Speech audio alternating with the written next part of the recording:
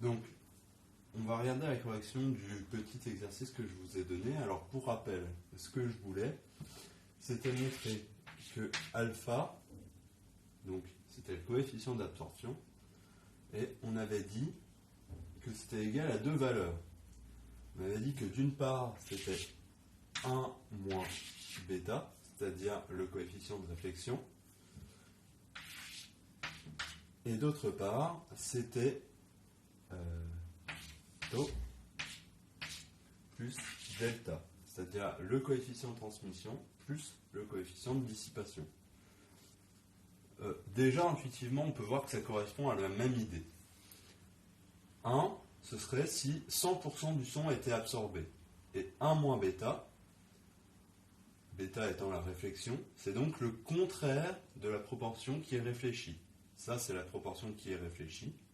1 moins bêta, c'est la proportion qui n'est pas réfléchie.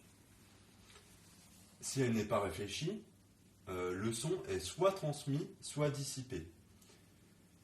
Et donc, c'est le pourcentage du son qui est transmis, plus le pourcentage du son qui est dissipé. Donc ça, c'est à l'oral, en se représentant un peu ce que ça veut dire. Mais on peut vérifier si le calcul marche. Donc, 1 moins bêta, c'est égal à, donc on l'avait vu, 1 moins IR, l'intensité réfléchie, sur II, l'intensité incidente. Ces diffractions, il faut que je les réduise au même dénominateur. Donc ça va nous donner II moins IR sur II. Et là, je vais pouvoir utiliser le bilan énergétique qui nous dit que toutes les intensités que l'intensité incidente est égale à la somme des trois autres intensités et remplacer le terme II. On va obtenir, donc II c'était IR plus IT plus ID. Il nous reste le moins IR sur II. Les IR se simplifient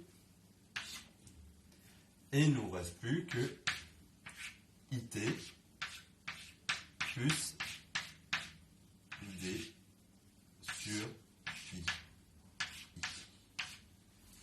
On peut séparer la fraction. Donc ça, c'est un truc qu'on peut faire avec les additions de fractions. Donc ça va être égal à IT sur II plus ID sur II.